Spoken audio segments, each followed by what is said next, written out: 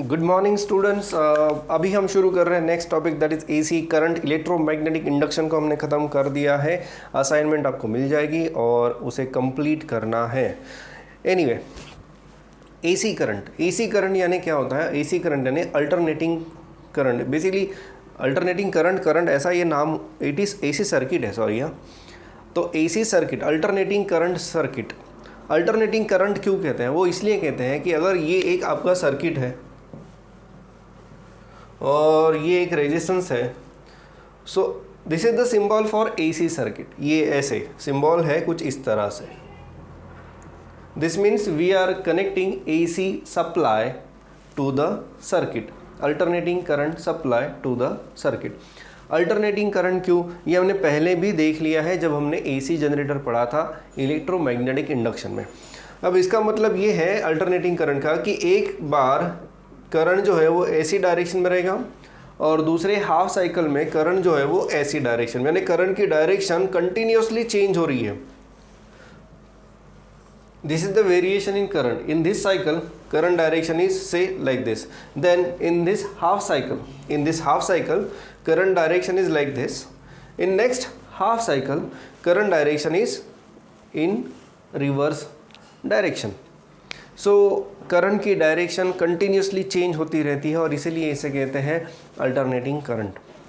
क्यों करंट की direction change होती रहती है, ये हमने जनरेटर में पढ़ा था। एक बार थोड़ा सा ना उसको रिवाइज कर देते हैं। तो देख लो क्या है कि ये है आपका नॉर्थ और साउथ पोल, यानी एक मैग्नेटिक फील्ड है यहाँ पे, और यहाँ पे है आपकी कॉइल,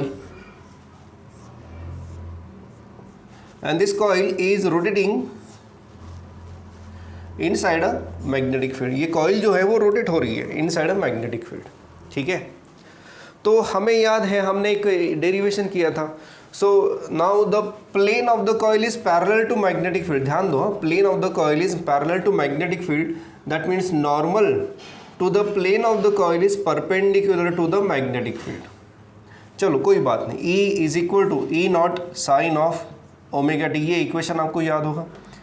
ई नॉट हमने यहाँ पे ई नॉट की जगह बेसिकली जो पहले इक्वेशन मिला था वो था N B A omega sine of omega t, where omega t an angle and this angle between this normal to the plane of the coil, यानी area vector of a coil and magnetic field। ये जो angle है ना, it is the angle between normal to the plane of coil and magnetic field। यहाँ पे मैंने perpendicular दिखा है, इसका मतलब ये नहीं कि हमेशा वो परपेंडिकुलर रहेगा, वो चेंज होता रहेगा क्योंकि कॉइल जो है वो रोटेट हो रही है कंटिन्यूसली, एक ही डायरेक्शन में वो रोटेट हो रही है। तो अब ये एंगल कंटिन्यूसली चेंज हो रहा है। So we can take when omega t is 0, when omega t is 0, E जो है वो 0 हो जाएगा। When omega t is pi by 2, E जो है वो E नॉट हो जाएगा। When omega t is say pi, so in that case E वापस से 0 हो जाएगा।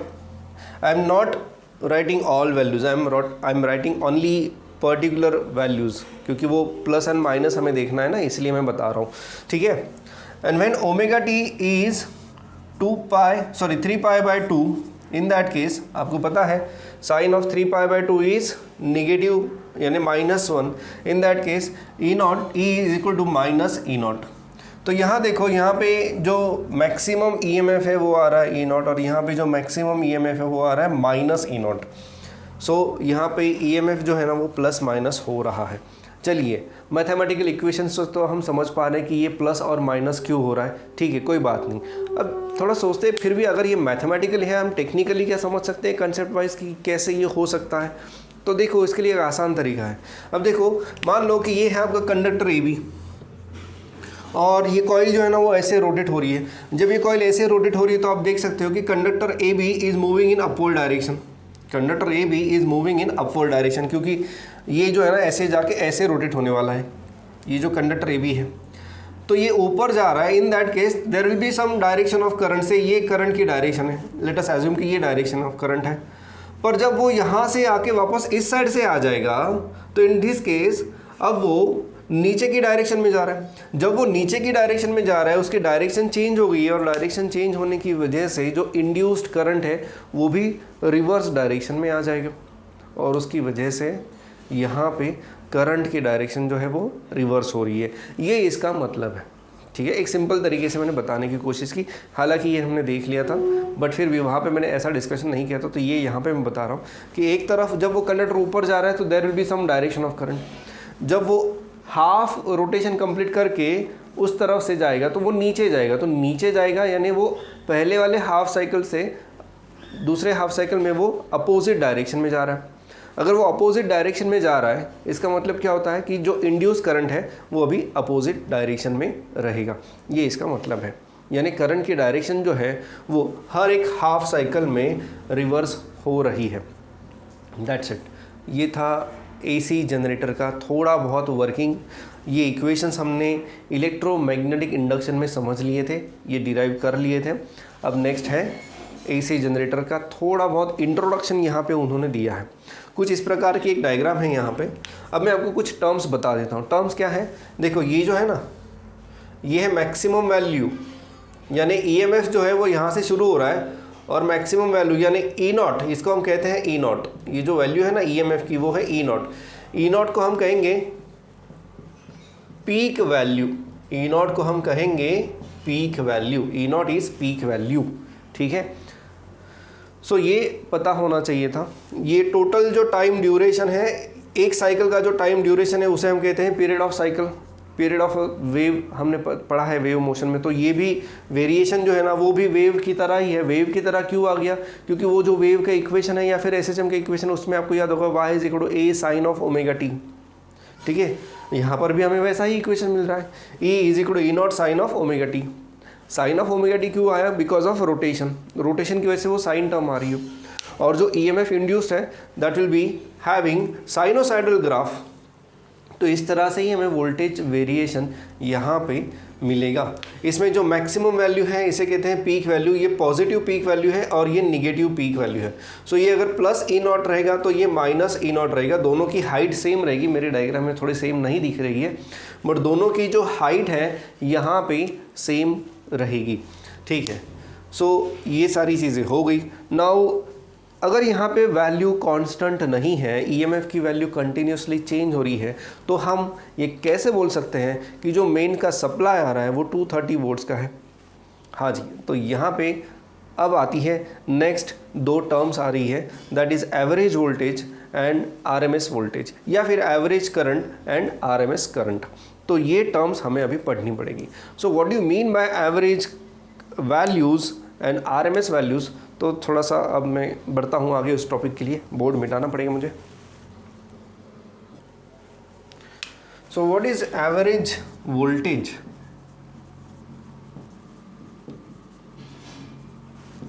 एवरेज वोल्टेज यानी एवरेज या फिर mean of all values of this voltage in a half cycle. Yes, it is in half cycle. हम 0 to पाई यहाँ तक ही हम जो वैल्यूज़ आ रही हैं इन सारी वैल्यूज़ का एवरेज ले रहे हैं। हम 0 to 2 पाई के बीच में सारी वैल्यूज़ का एवरेज क्यों नहीं लेंगे, वो इसलिए नहीं लेंगे क्योंकि पाई तक सारी वैल्यूज़ पॉजिटिव है एंड पाई टू 2 पाई में सारी वैल्यूज़ निगेटिव है। आप जब एवरेज लेते हो तो आप क्या करते हो, सबको ऐड करके फिर यू डिवाइड इट बाय 2 पाई। परंतु यहाँ पे क्या है, अगर मैं ऐसा करता हूँ 0 to 2 पाई अगर लेता हूँ तो ये सारी वैल्यूज़ जो है ना वो एक दूसरे को कैंसिल कर देगी, और अगर ये सारी वैल्यूज़ एक दूसरे को कैंसिल करेंगी 0 to 2 पाई में मुझे एवरेज वैल्यू मिलेगी 0। So this is not the actually it should not be the way to calculate average value, क्योंकि यहाँ पे हमेशा एवरेज हमें 0 ही मिलेगा। तो इसलिए हम क्या कर रहे हैं, हम एवरेज वैल्यू ले रहे हैं in between 0 to pi. So 0 to पाई में ये वोल्टेजेस की जो जो वैल्यूज़ हमें मिल रही है we are going to take average of all. अब क्या मैं ऐसा कुछ कर सकता हूँ कि let us take V1, V2 and V3, then this peak value, then V5 and V6 वगैरह वगैरह। नहीं, मैं ऐसा नहीं कर सकता, क्योंकि मैं अगर ऐसा करता हूँ तो मैं सारी वैल्यूज़ को कंसिडर नहीं कर रहा हूँ, मैं बस कुछ स्पेसिफिक वैल्यूज़ को कंसिडर कर रहा हूँ। और मेरा जो वोल्टेज है वो कंटिन्यूस वेरिएशन है, it is continuously changing with respect to time. तो मैं कुछ स्पेसिफिक वैल्यूज़ को ही नहीं ले सकता, तो मुझे लेनी पड़ेंगी सारी वैल्यूज़। तो सारी वैल्यूज़ लेना और उसको ऐड करना, ऐड करके उसको टाइम ड्यूरेशन से डिवाइड करना, ये पॉसिबल नहीं है। तो इसलिए हमें यहाँ पे एडिशन की जगह पे इंटीग्रेशन करना पड़ेगा। So for that we need to find out average value of, अब देखो ईएमएफ क्या रहता है, EMF induce is E naught sine of omega t, ये रहता है आपका ईएमएफ इंड्यूस्ड। सो ये तो वैल्यू कांस्टेंट है, तो इसका मतलब ये है कि अगर हमें ईएमएफ का एवरेज चाहिए यानी हमें एक्चुअली साइन ओमेगा टी का एवरेज लेना पड़ेगा, हमें साइन ओमेगा टी का एवरेज लेना पड़ेगा इन बिटवीन 0 टू पाई। ये बात समझ में आ रही है? तो बढ़ते हैं आगे। So that means now what is the average value of sine omega T. Symbol आप देख सकते हो, साइन ओमेगा टी यानी साइन थीटा उन्होंने ऐसा लिखा है, ओमेगा टी की जगह उन्होंने थीटा लिखा है। सो दिस स्टैंड्स फॉर, ये जो ब्रैकेट्स है triangular bracket, that stands for average value of sine theta, and this is equal to 0 to pi. Limits क्या रहेंगे यहाँ पे, 0 टू पाई, तो 0 to pi sine of theta D theta divided by जो total angle मिल रहा है वो है 0 टू पाई डी थीटा। तो ये हमें देगा average value. So average of sine omega T with respect to angle theta, because theta is function of time. So function of time होने की वजह से हमें average for a given period of time ही मिलेगा, because theta is function of time. कैसे theta is function of time? वो इसलिए है because theta is equal to omega T, theta is function of time. चलिए बढ़ते हैं आगे। हाँ जी, तो इसका जो इंटीग्रेशन है वो उन्होंने सॉल्व कर लिया है। इंटीग्रेशन ऑफ साइन जो है वो है माइनस कॉस, तो उन्होंने क्या किया है, it is minus cos theta from 0 to pi divided by, और इसका इंटीग्रेशन आएगा simply theta, so that is from 0 to pi. अब वैल्यूज पुट कर देते हैं। So minus cos of pi minus cos of 0 divided by, ये simply आ जाएगा, इसका आंसर आ जाएगा पाई। आई होप ये क्लियर हो गया होगा। अब माइनस कॉस ऑफ पाई जो है, कॉस ऑफ 180 रहता है -1, सो ये आ जाएगा -1 minus minus plus 1 minus cos of 0 is 1 divided by pi. तो ये आपको मिलता है 2 डिवाइडेड बाय पाई। ये वैल्यू यहाँ पे आपको मिल रही है। देखो ध्यान से देखो, माइनस, ठीक है, कॉस ऑफ पाई इज -1, तो -1 माइनस, तो माइनस माइनस ये हो जाएगा 1, ये माइनस मैंने इधर लिख दिया, ये माइनस मैंने इधर लिख दिया, कॉस ऑफ 0 जो है वो है 1, सो ये आ जाएगा माइनस माइनस फिर से 1, तो 2/पाई। ये एवरेज वैल्यू है साइन फंक्शन की from 0 to pi. I hope ये क्लियर होगा। सो इसका मतलब ये है the average value of current और ईएमएफ इज, अब इसको उन्होंने कैलकुलेट करके ना, I think they have written 0.637, so this is equal to 0.637, ये यहाँ पे उन्होंने लिख दिया है। सो इसका मतलब ये है कि एवरेज ऑफ एनी वोल्टेज, तो एवरेज ऑफ ई क्या रहेगा, average of E is E naught into average of sine omega t. Average of E is equal to average E naught into average of sine omega T. So average of E M F is equal to E naught, इसकी क्या value आ रही है, इसकी value है 0.637। So average of E M F is equal to 0.637 times peak value. Average of EMF is nothing but 0.637 times peak value. Similarly हमारे पास current का भी वही इक्वेशन है। करंट का इक्वेशन क्या है, I is equal to I naught sine of omega t. Current के लिए भी हम ऐसे ही लिखेंगे ना, current is equal to I naught sine of omega T. So in that case average value of current is equal to I naught into average value of sine of omega t, और sine function की average value कितनी है, I naught into 0.637। सो ये इस प्रकार से उन्होंने wordings में दिया है, आप वहाँ पे देख सकते हो वर्डिंग्स में क्या लिखा है उन्होंने, कि वर्डिंग्स में कुछ ऐसा है कि एवरेज वैल्यू ऑफ करंट और EMF is 0.637 times peak value of EMF और करंट। चलिए अब बढ़ते हैं आगे। तो ये था रिगार्डिंग एवरेज वैल्यू। अब हमें चाहिए आरएमएस वैल्यू। अब आरएमएस जो टर्म है ना, ये थोड़ी सी आपके लिए अलग है। RMS value root mean square, हालांकि रूट मीन स्क्वायर ये टर्म आपने सुनी है केटीजी में। केटीजी में हमने रूट मीन स्क्वायर स्पीड ये निकाल लिया था। उसी तरह अभी हमें रूट मीन स्क्वायर करंट, अब उसमें केटीजी में रूट मीन स्क्वायर वैल्यू निकालना थोड़ा आसान था।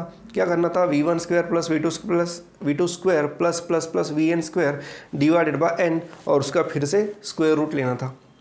पर अभी यहाँ पे ऐसा तो नहीं है कि i1 square plus i2 square, क्यों नहीं है? क्योंकि डिस्क्रीट वैल्यूज़ नहीं है ना, अलग अलग वैल्यूज़ मेंशन नहीं की है। यहाँ पे जो वैल्यूज़ है वो कंटिन्यूसली चेंज हो रही है, तो इसलिए आरएमएस के लिए भी आपको इंटीग्रेशन करना पड़ेगा। तो उसकी जो मेथड है वो भी दी है पेज नंबर 289 में, तो वो देख लेते हैं कि आरएमएस कैसे करना है। ठीक है,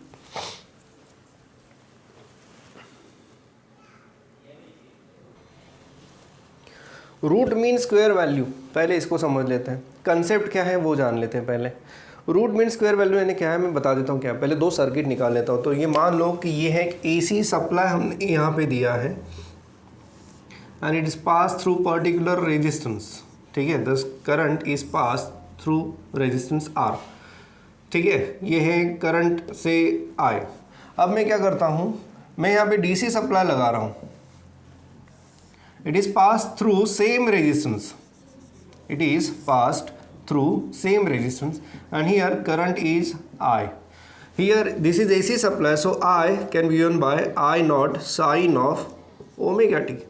और ये तो DC है तो करंट I कांस्टेंट रहेगा। बट दोनों में ऐसा क्या खास है? हाँ जी, तो मैं बता रहा हूँ। अब क्या है, करंट कोई भी रहे, एसी रहे या डीसी रहे, किसी भी डिवाइस से जब पास होगा so it will generate some heat energy. वो डिवाइस जो है वो थोड़ा गर्म हो जाएगा। ठीक है, यानी it is giving out some heat energy.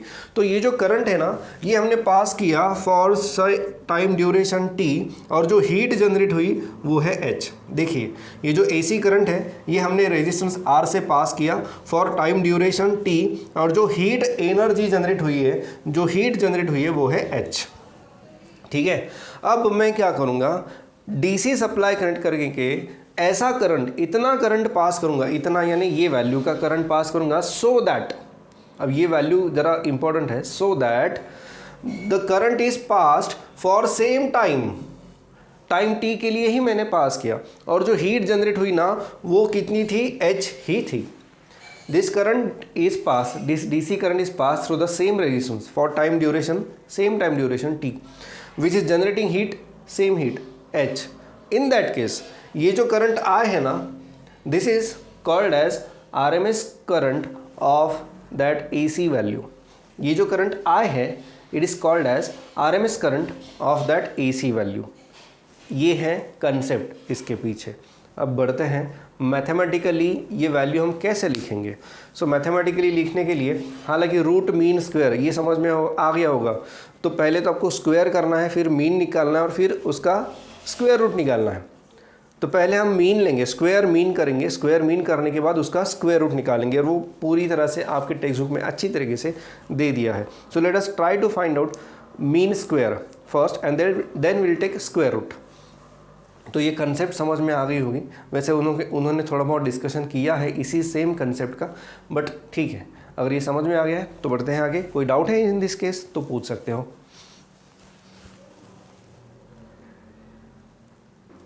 हाँ जी, तो देखो अब ये है आपका करंट। हाँ देखो यार, यहाँ पे क्या हो रहा है कि उन्होंने ना करंट की आरएमएस वैल्यू पहले ढूंढ के दिखाई है। तो करंट की ले लो या ईएमएफ की ले लो, एक्सप्रेशन जो है ना आरएमएस वैल्यू का वो सेम रहेगा करंट के लिए और ईएमएफ के लिए। तो देखते हैं पहले करंट की आरएमएस वैल्यू। तो आपका जो करंट है वो है I, which is equal to I naught sine of omega T. So I square mean, ऐसा कुछ तो लिखा है वहाँ पे। सो आई स्क्वायर मीन आप देख सकते हो, नहीं सॉरी, आई स्क्वायर आरएमएस कर दिया उन्होंने, मीन नहीं लिया, आरएमएस कर दिया, डायरेक्टली आरएमएस लिख दिया है। RMS is equal to integration of I naught square sine square omega t divided by 2 pi. अब यहाँ पे डायरेक्टली 2 पाई क्यों लिया है, क्योंकि हम यहाँ पे 2 पाई क्यों ले सकते हैं पहले जान लो। पहले इसमें एवरेज में हमने सिर्फ पाई लिया था, अब यहाँ पे हम 2 पाई क्यों ले सकते हैं, क्योंकि हम यहाँ पे स्क्वायर कर रहे हैं, तो स्क्वायर करने से वो निगेटिव साइन चली जाएगी, तो वो जो प्लस एंड माइनस कॉम्पोनेंट है ना वो एक दूसरे को कैंसिल नहीं करेंगे स्क्वायर करने से। ठीक है, बढ़ते हैं आगे। I square sine square omega T upon 2 pi, ये ऐसा एक एक्सप्रेशन आपको यहाँ पे दिखाई दे रहा होगा। अच्छा उन्होंने क्या कर दिया, हाँ ठीक है दिखाई दे रहा है वहाँ पे, ठीक है। ये ओमेगा टी की जगह उन्होंने थीटा लिखा है, so I will write same I square sine square theta D theta. ये जो आई नॉट है, ये I naught that is nothing but peak value, so that will come out from the integration sine I naught square. अब बचेगा क्या, integration of sine square theta D theta, this divided by 2 pi. Next I naught square, अब इसमें क्या कर दिया उन्होंने, देखो ये जो लिमिट्स है ना, ये याद रखना ये 0 to 2 पाई है, limits of integration they are from 0 to 2 pi. अब ये जो 2 पाई है ना मैं यहाँ लिख देता हूँ, सॉरी ये यहाँ पे ठीक है, ये 2 पाई मैंने यहाँ पे कर दिया। अब इसकी जो वैल्यू है ना वो उन्होंने कैसे लिखी है, देखो 1 minus cos of 2 theta divided by 2। Sine square theta is written as cos of, sorry 1 minus cos 2 theta divided by 2। ये डबल एंगल फार्मूला आपने मैथमेटिक्स में पढ़ लिया होगा, इनटू डी थीटा। अब इसके बाद वाला जो इंटीग्रेशन है वो थोड़ा सा सॉल्व करके दे देता हूँ मैं, चलिए देख लेते हैं क्या मिलता है हमें। सो ये I naught square divided by, अब हालांकि ये 2 भी हम अगर बाहर लेते हैं इंटीग्रेशन से तो चल जाएगा, ये है 0 to 2 पाई, ये 2 भी इंटीग्रेशन से बाहर लेंगे, so 2 into 2 pi integration of 0 to 2 pi from 1 minus cos 2 theta D theta. अब इसको मैं करके दे रहा हूँ I naught square 4 pi integration from 0 to 2 pi D theta minus integration from 0 to 2 pi cos 2 theta D theta. I hope ये clear होगा। हर एक टर्म का मैंने इंटीग्रेशन सेपरेटली कर दिया है। I naught upon 4 pi D theta का इंटीग्रेशन रहेगा थीटा, डी थीटा का जो इंटीग्रेशन है वो रहेगा थीटा, एंड दैट 2 उन्होंने कैसे कर दिया, देखो उन्होंने कैसे लिखा है इसको, उन्होंने सेम रखा, सेपरेट नहीं किया। Theta minus sine of cos 2 theta का इंटीग्रेशन रहेगा साइन 2 थीटा डिवाइडेड बाय 2, और इसको लिमिट्स ऑफ इंटीग्रेशन अप्लाई किए। लिमिट्स ऑफ इंटीग्रेशन अप्लाई करने के बाद जो आंसर आपको मिलता है that is I square by 2 only. मैं करके दे दूँ क्या, चलो करके देखते हैं, उन्होंने नहीं किया है। देखो हायर लिमिट 2 पाई माइनस, अब देखो यहाँ पे साइन ऑफ,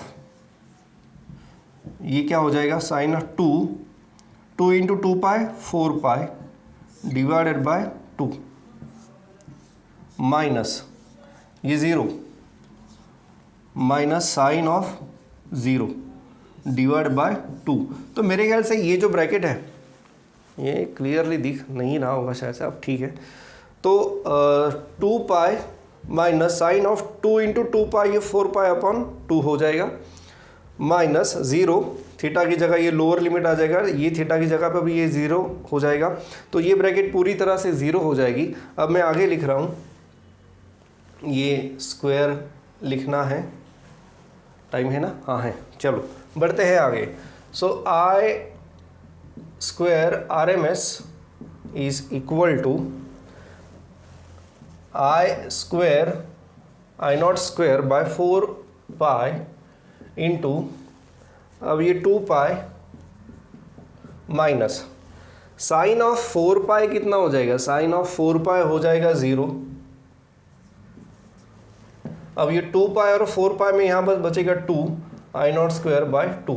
सो ये I R M S square हो जाएगा। हमें अभी हमने क्या किया, स्क्वायर का मीन निकाल लिया, स्क्वायर का मीन निकाल दिया। अभी हमें रूट मीन स्क्वायर चाहिए, तो रूट मीन स्क्वायर के लिए इसको स्क्वायर रूट करना पड़ेगा। So I R M S is equal to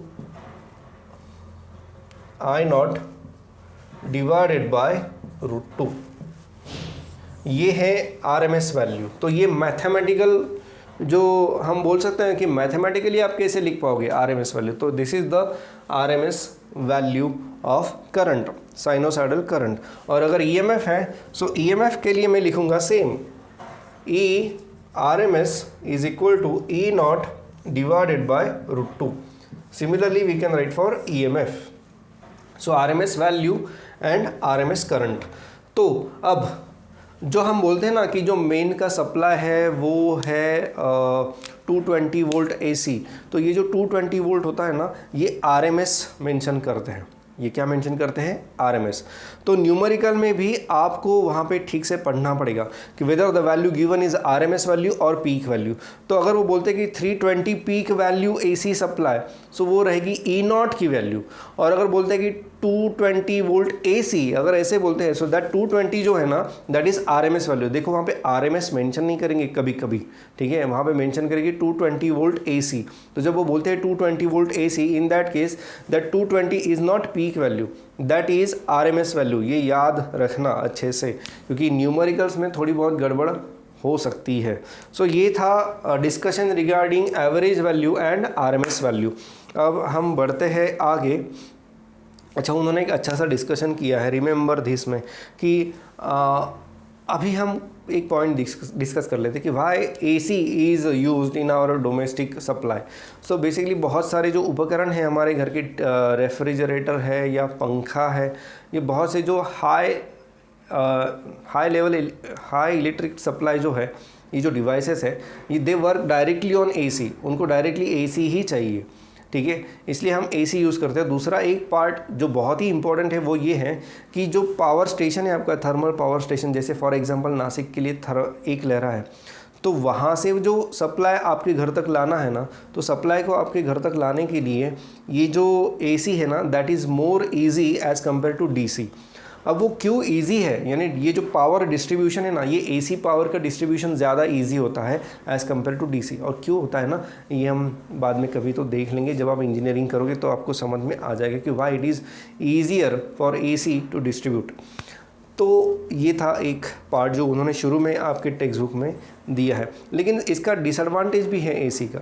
AC का डिसएडवांटेज ये ऐसा है कि अगर AC का शॉक लगता है, मान लो ये बोर्ड में शॉक आ गया, AC करंट आ गया और मैंने इसको हाथ लगा दिया, तो मैं अभी इस बोर्ड को चिपक जाऊंगा। आपने ये केसेस भी सुनी हुई, किसी ने खंभे को हाथ लगा दिया, वो चिपक गया। क्यों चिपक गया? क्योंकि when I touch this board, so the board is carrying current in downward direction to the ground and I am also carrying current in downward direction to the ground। तो हम दोनों की जो करंट डायरेक्शन है वो same है। Two conductors when they are carrying current in the same direction there is a force of attraction between them, और उसकी वजह से मैं इसमें चिपक जाऊँगा। उसके उल्टा अगर DC है तो DC में आप चिपकोगे नहीं, आप थ्रो आउट किए जाओगे, यानी आप रिपेल किए जाओगे इन केस ऑफ DC। तो ये AC का डिसएडवांटेज है कि आप हट नहीं सकते, आपको बहुत ज़्यादा फोर्स अप्लाई करना पड़ता है to get away from that source. तो इसलिए किसी भी बिजली के खंभे को हाथ मत लगाना। चलिए, तो ये था थोड़ा बहुत डिस्कशन उन्होंने शुरू में कर दिया है इस चैप्टर के शुरू में। और AC as well as RMS values, AC average and RMS values जो है ना, इसका भी डिस्कशन हमने देख लिया है।